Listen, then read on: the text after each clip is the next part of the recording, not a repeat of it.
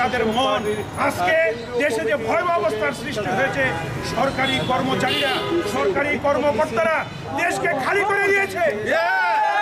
পুলিশের আইজিপি, যিনি পুলিশের শীর্ষস্থানীয় নেতা ছিলেন, আজকে তিনি কি করেছেন দেখেছেন।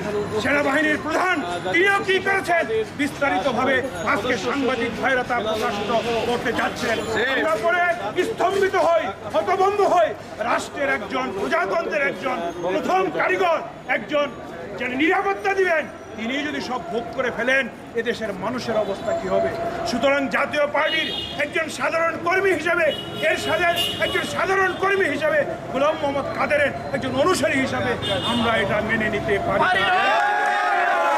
এই বাজেট আমরা যেটা ঘোষণা করেছে তা প্রত্যাখ্যান করলাম। আমরা আমাদের মাননীয় চেয়ারম্যান মহাসচিবের পক্ষ থেকে আপনাদেরকে জানাই যে বাজেট ঘোষণা করা হয়েছে গরিব মানের বাজেট, এই বাজেটের সাথে আমাদের কোনো সম্পর্ক নাই, আমরা এটা প্রত্যাখ্যান করলাম।